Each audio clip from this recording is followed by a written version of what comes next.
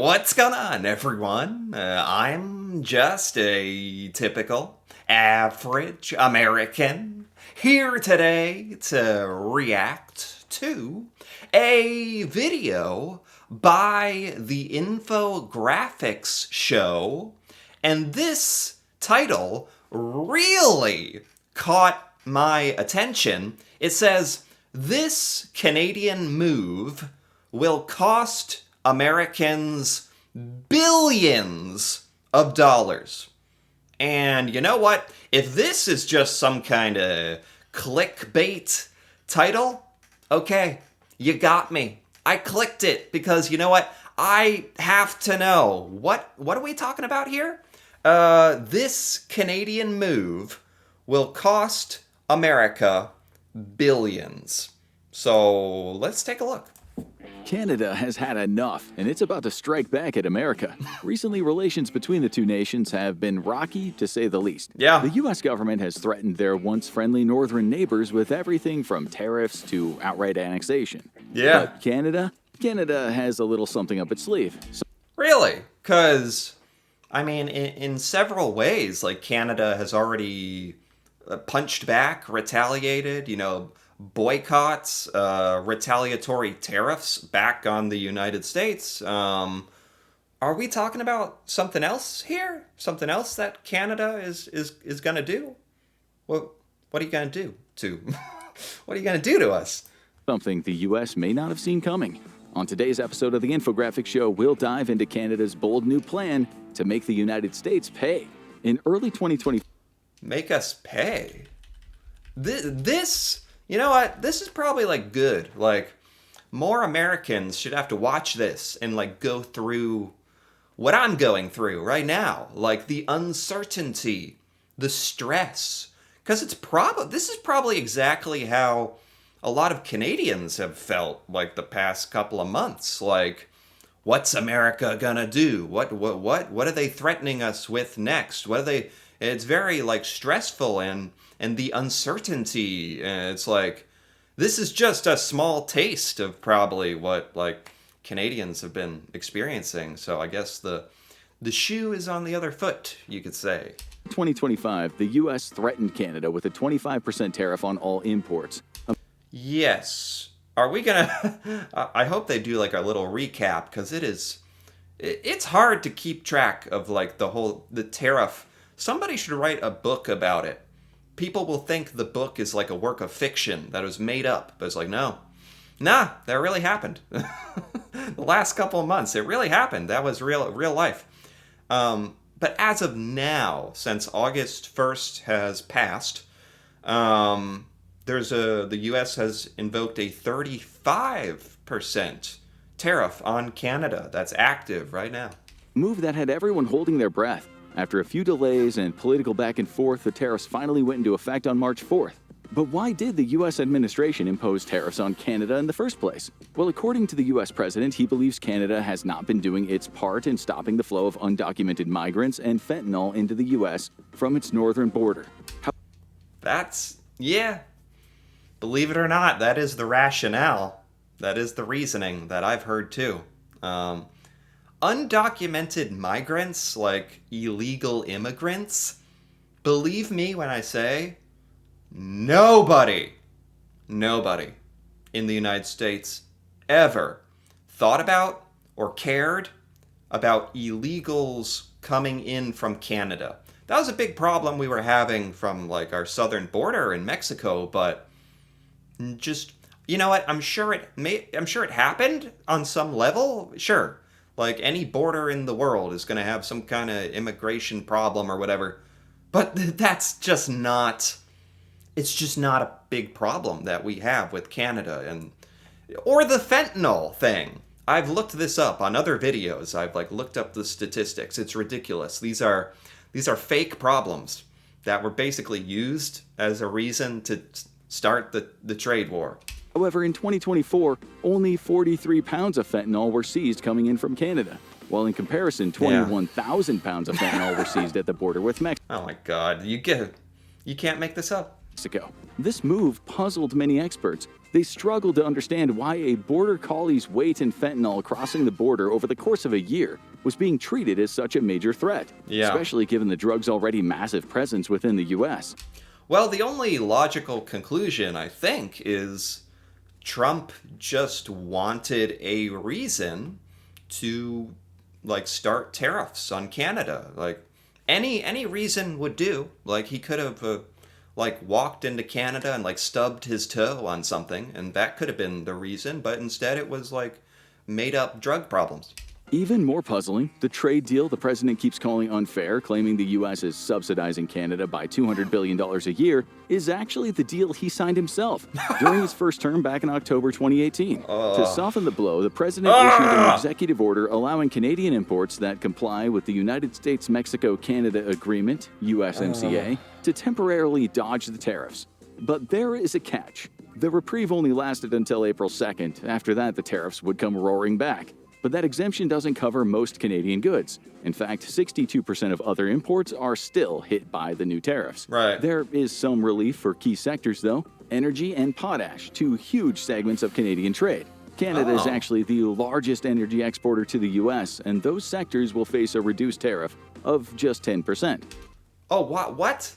Because that benefits us? It's so funny. Like the bias is so like we're not even trying to hide it. Like, oh, the energy, you're selling energy to us. Well, we want that, so that tariff will be lower. It's like, all right. It literally the United States stance, it seems now, is do anything and everything to benefit the United States and don't care at all about the well-being of any other country in the world. And I guess we're gonna see how far that gets us. Economists point out that the U.S. isn't subsidizing Canada, but rather it has a trade deficit with the country, mostly relating to energy exports. And that deficit isn't $200 billion, it's $63.3 billion. I never understood trade deficits and the subsidizing thing anyway, because it's like, if another country like takes more of your exports than you're getting from them, doesn't that still mean you're getting a benefit? It doesn't matter which country is like, does it really matter which one is getting more of the selling or the buying in the trade? It's like, if you're selling stuff, you're making money from that other country. If you're buying things from Canada, you're getting goods and services in exchange for money. It's not like, since when did buying or selling, like, since when did either of those things, was it like, oh, you're taking advantage of me. You're taking advantage of me because I'm buying stuff from you. Like, what are you talking about? What? Number that not only disappears, but actually becomes a trade surplus for the U.S. if energy imports are discounted. However, in order to negotiate something better with their neighbors to the north, the U.S. went ahead with the 25% tariffs, which have hit three industries particularly hard. And now it's 35%. Energy, lumber, and automobiles. Though the U.S. produces a lot of oil, in fact, most of any country in the world, many of its refineries need heavy crude oil to operate, 60% of which is imported from Canada, where... What? I mean... The more you just... We haven't even got to the move that will cost America billions from Canada. Just going through this recap, it's like frustrating to see what an important trading partner Canada is for the United States. You guys are critical in all these different industries and energy, and we, knowing all that, we still are doing what we're doing, and it's, yeah. It lies in abundance. Of course, the refineries could be restructured to not rely on crude oil, but that would take many years and cost billions and billions of dollars. And crude oil isn't the only Canadian energy import the U.S. relies on. The USA imports almost all of its natural gas and 85% of its electrical energy from Canada. What? I didn't even know about some of these statistics. These are pretty incredible. It's pretty incredible how much the United States relies on Canada. Here in America, I think we tend to flip it around, of course, to make it like our sympathetic story where we're like, oh, Canada relies on us so much. And it's like, according to these stats, America really, really relies on Canada, especially for electric power and oil, crude oil. The U.S. imports almost half of its lumber from Canada, amounting to $28 billion worth in 2021. Since 94% of U.S. housing is built with lumber, that creates a big problem for potential homeowners in a country where housing is already becoming unaffordable for many. Yeah. The U.S. construction industry has estimated that tariffs on Canadian lumber will increase the cost of the average house by $9,000. Oh my God. Oh my God. Yeah, that's a whole other thing that used to be talked about more. Like a lot of people are saying, if you're a country that imposes tariffs, that can hurt you anyway, because those tariffs pass off those costs from American businesses importing Canadian goods are just going to pass off those costs to Americans, the consumers, because it's costing them money. American businesses have to pay this tariff revenue to the U.S. government, and that money has to come from somewhere. So either American goods are going to cost more for me and all Americans, or companies have to cut costs in other ways, like laying off people, so unemployment will go up in America. No matter how you cut it, like the United States government gains a lot of money from tariffs, but there's a lot of drawbacks as well. Once again, even if the U.S. could theoretically produce all its required lumber domestically, something a recent analysis by research company Fast Markets says will take at least a decade, it would probably be impossible without tearing down a significant section of protected U.S. forests. However, the industry group that's been hit the hardest and maybe the most vocal about suffering tariffs on Canada is U.S. automakers. The Canadian and U.S. auto industries have become so enmeshed they essentially function as one big manufacturing chain. I've heard about this. This is something I think most people like me did. I had no idea like how intertwined automobile manufacturing was, like between America and Canada. It's like very much connected, the manufacturing process. Automakers in Detroit, Michigan, and plants in neighboring Windsor, Ontario, send car parts and outsource manufacturing processes to one another all the time. U.S. automakers rely on Canada so heavily that 1.24 million vehicles are imported into the U.S. from the north, making Canada fourth among countries the U.S. imports vehicles from, behind Mexico, Japan, and South Korea. I did not know Former that. Canadian Prime Minister Justin Trudeau called the tariffs a dumb thing to do, while the U.S. administration has insisted that they want to maintain friendly relations with Canada throughout. What? That's a very... What a quote. That's a dumb thing to do. That's, you know what? maybe the most simple, elegant way to put it. Did they just say that America is wanting collaboration to continue? True, because it is mutually beneficial, but certainly, like, in particular, like the trolling from Trump and the government, the trolling and the hostility would certainly lead you to believe otherwise. The process, but it seems like the feeling is one-sided. Many Canadians have turned their backs on the U.S. without even a polite Canadian sorry to ease the tension as they boycott American-made products and cancel U.S. travel plans. Yeah. I've done a few videos learning about Canadians boycotting American goods, Canadians not wanting to travel here. It's a lot, and it's very real, and it's having a big impact. And I think a lot of Americans like just kind of have their head in the ground and don't even realize or don't wanna know. A New York Times analysis showed that flights from Canada to the U.S. went down by 21% after Trump's tariffs took effect. But that is not the only way Canada plans to retaliate against threats from the U.S., as you'll soon see. Okay, so this is the crux of the video.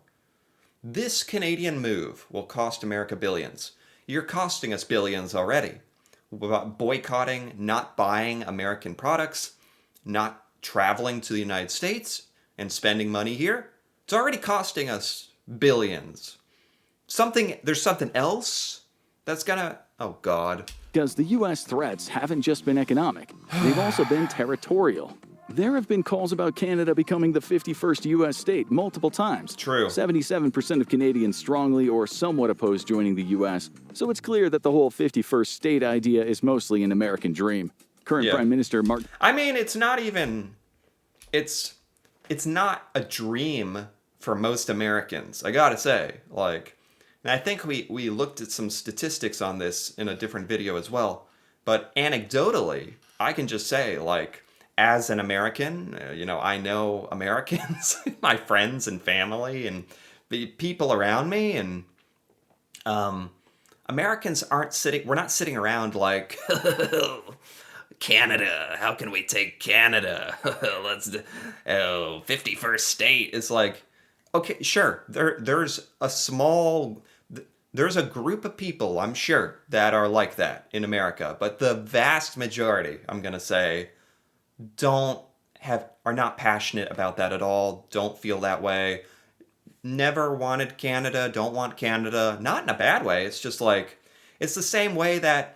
We don't want like Sweden to be part of the United States. We don't want Canada. Like Americans it's not something we want. Not something like it's not on the radar until like Donald Trump said it out loud. And then I think people who just support anything Donald Trump says, those are the people who are probably like, yeah, Canada should be the 51st. Like, yeah, this is a good idea. It's like, you never thought about that in your whole life. You never thought about it until he said it. So stop. Minister Mark Carney made it very clear that Canada is not for sale and won't be for sale ever. To which the U.S. replied, never say never. So it seems that no matter what Canada says, the threats from the U.S. government are not completely off the table. So what can Canada do? Just hearing some of these quotes, like I'd forgotten about some of this stuff, where Trump was like, Carney said Canada's not for sale, and Trump was like, never say never. It's like, never, dude, stop. Well, they're trying out one plan right now, because if you look at a map of the U.S., one very big, resource-rich part of the country is separated from the contiguous 48 states by Canada. Alaska. And that place is the frozen, beautiful, massive state of Alaska. Alaska. And Canada, or at least the Premier of British Columbia, David Eby, has threatened to severely hamper access to Alaska by imposing tolls on previously duty-free roads. What? What is this? I've never heard of this. There's a premier in Canada, a government official who wants to cut off Alaska?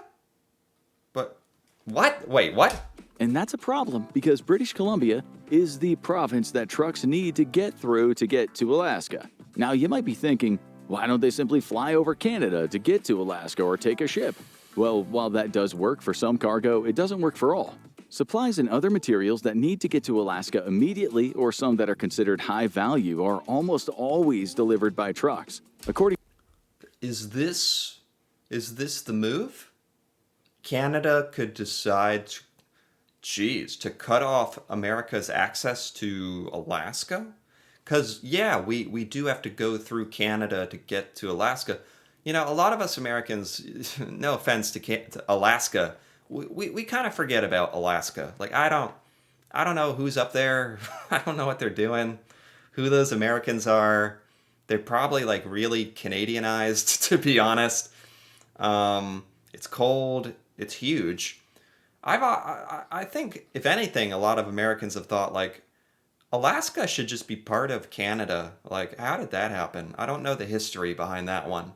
But anyway, it is an American state. I don't know its importance, but apparently we're doing stuff there and we need to get there, of course.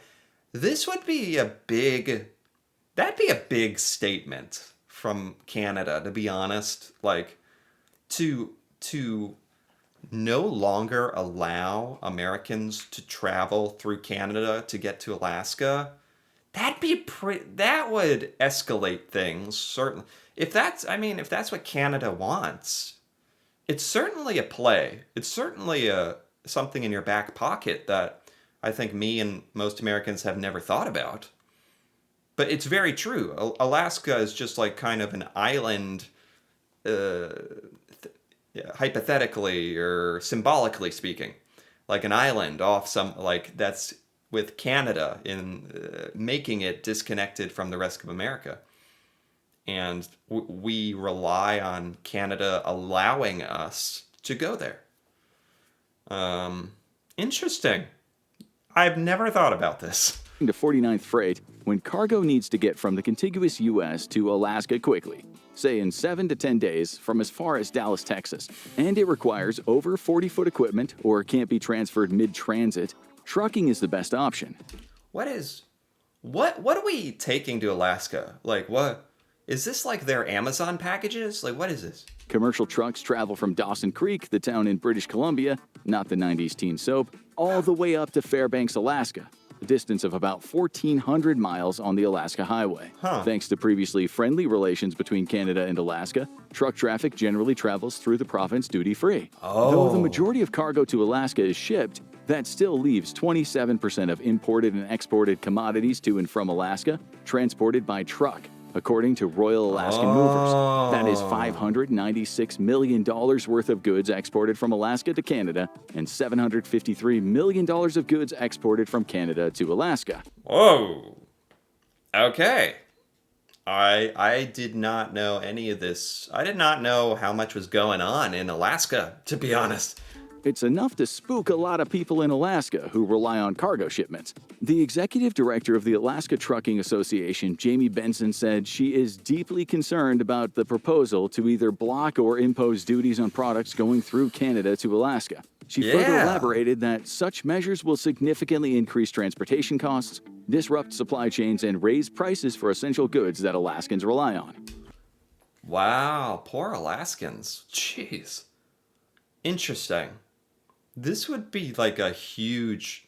If Canada actually ever did this, this would be a huge story. This would be a huge statement. British Columbia isn't the only Canadian province threatening the U.S. either. Yukon Premier Ranj Pillay, whose province butts up against Alaska, said that governmental liquor stores in his province will stop importing from American companies. In addition to that, U.S. companies that may have previously had access to Yukon governmental contracts will now be restricted. Pillay made it clear that his problem is not with the people of Alaska, but rather with the U.S. government's actions and threats. To our friends and family in Alaska, he states, our lives and economies are interconnected. Please know these measures are not directed at you, but we must do what we can to stand up for our country. That is what it feels like. Unfortunately, like Alaska just happens to be in this position. It's nothing like against people in Alaska. It's just like you are the American state that's sort of in Canada. Sovereignty and our way of life. In addition, Pillay might be thinking about getting in on the toll game himself. The premier said that he's heard from plenty of his constituents that they would be interested in imposing tolls on U.S. commercial traffic bound for Alaska. Pillay made it clear that instituting tolls would take some time, as the province would need to construct toll stations and staff them. However, he pointed out that wouldn't be too difficult to process, as there are already way stations that trucks are required to pull into on the way to Alaska through Canada.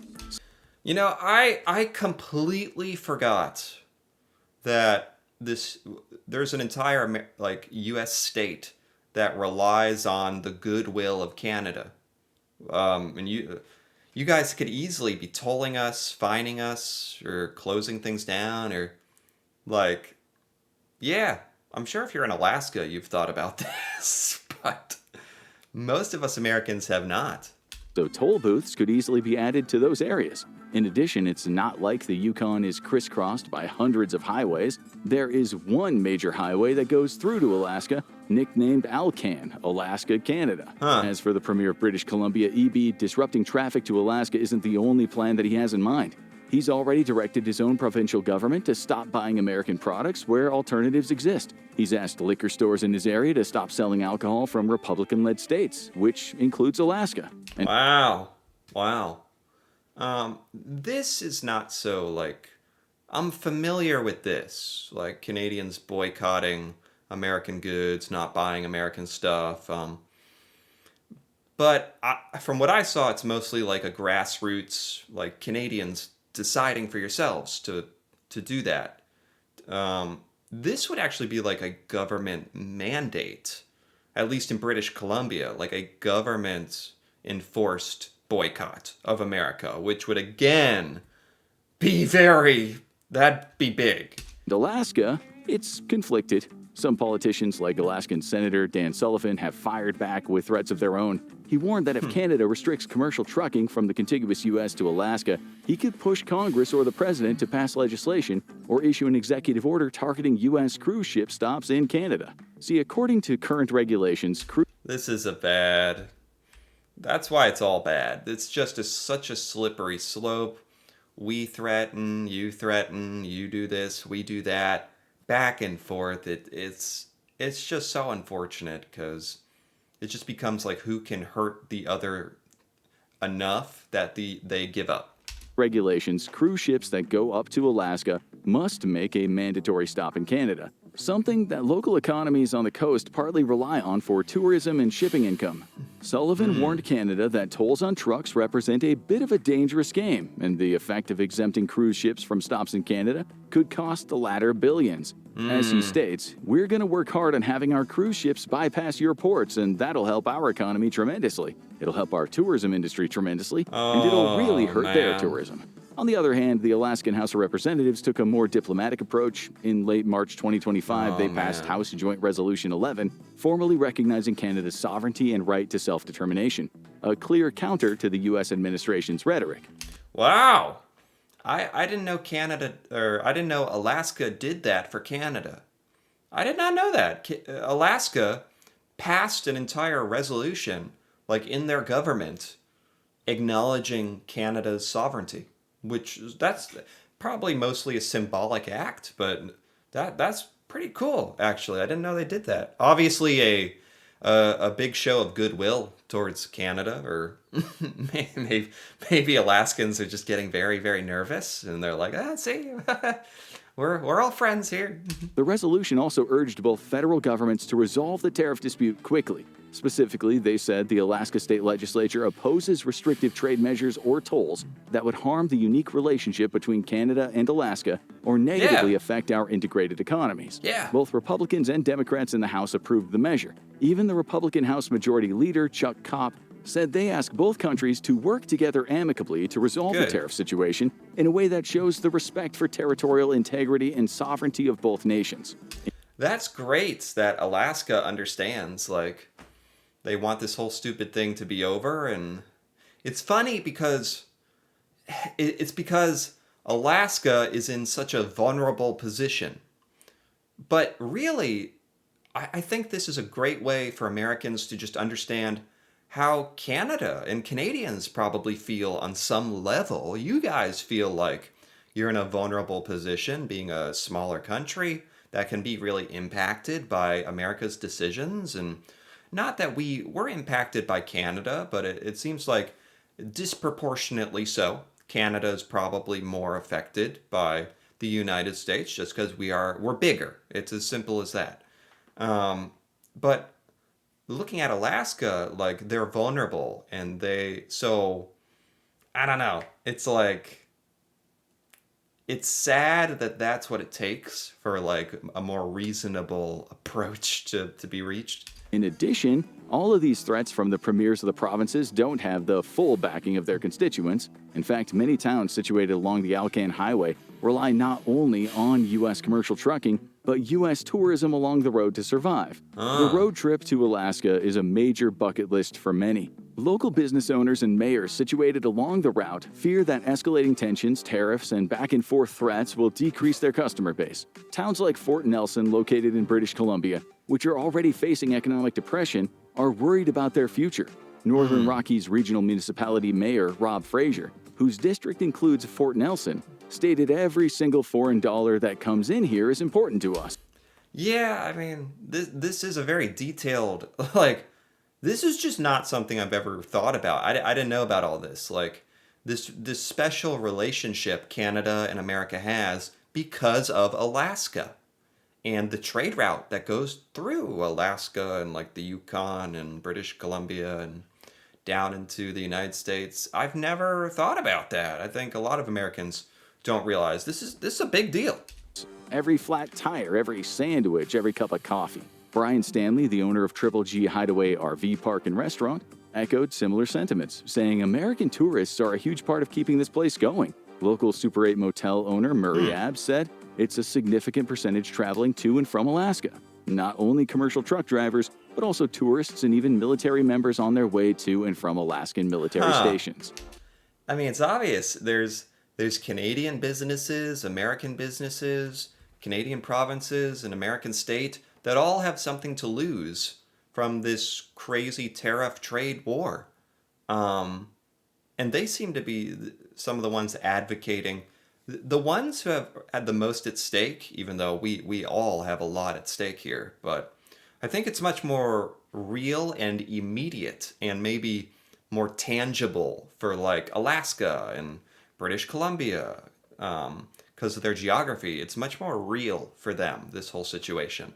And I think that's really the attitude more Americans should have, like understanding how real this is and having real world damage to people and their lives and their businesses. It seems Premier Eby has heard some of these concerns. Bill 7, known as the Economic Stabilization Tariff Response Act, was introduced for passage in Canada, but Eby made it clear that the bill was simply proposed to give the province the option of applying tolls to U.S. commercial traffic. Others are concerned at how broad the language in Bill 7 is, and if it could possibly violate an international treaty. According to some critics, Bill 7 isn't too specific about whether it would enact tolls on just commercial traffic, meaning that private tourism could also be affected. This would create much bigger issues, as while only about 10,000 commercial trucks pass through BC on their way to Alaska every year, many more tourists do. While there are no specific numbers for road trip visitors, a total of 97,200 annual visitors to Alaska arrived by highway or ferry in 2018 alone. Wow. Another important What the heck? So, yeah, this is just a whole thing.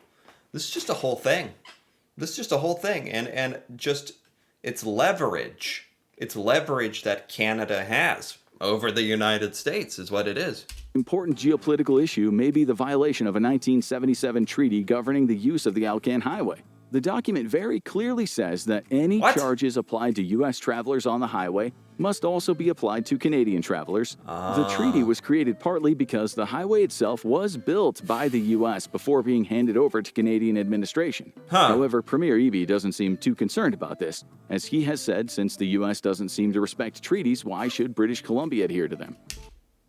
I was actually thinking that. I was actually thinking, like, does it even matter what this old treaty says? The United States has like set the precedent, not president. Well, him too, but the precedent that treaties and stuff like can just be loopholes and exceptions or thrown out or whatever. In other words, an escalation of the tariff war between the two countries seems like it would benefit almost no one and harm most of the people involved. Yeah. Now go check out Tariff that destroyed the American economy in... Wow. Again, that is a great video. It's by the Infographics Show, a really good YouTube channel. Talking about a whole problem, well, it's really a problem for the United States. And just a decision Canada is going to have to make, a move that would cost America billions. Now I understand. I had no idea about this. I think a lot of Americans don't realize kind of this back pocket option Canada has. There's probably more stuff like this that I don't even know about, but that was really interesting, and I'm glad to be educated and a little more nervous about this whole thing. So anyway, if you enjoyed this, feel free to give this video a like or leave a comment with your thoughts on the Canadian-America trade war, the tariffs, and this particular story about Alaska and Canada cutting off Alaska from America. Yeah, that'd be cool to hear about. And if you're interested in more videos like this, me reacting to Canada and seeing Canadian things I've never seen before, feel free to subscribe for more. And until then, thanks for watching, and see you next time.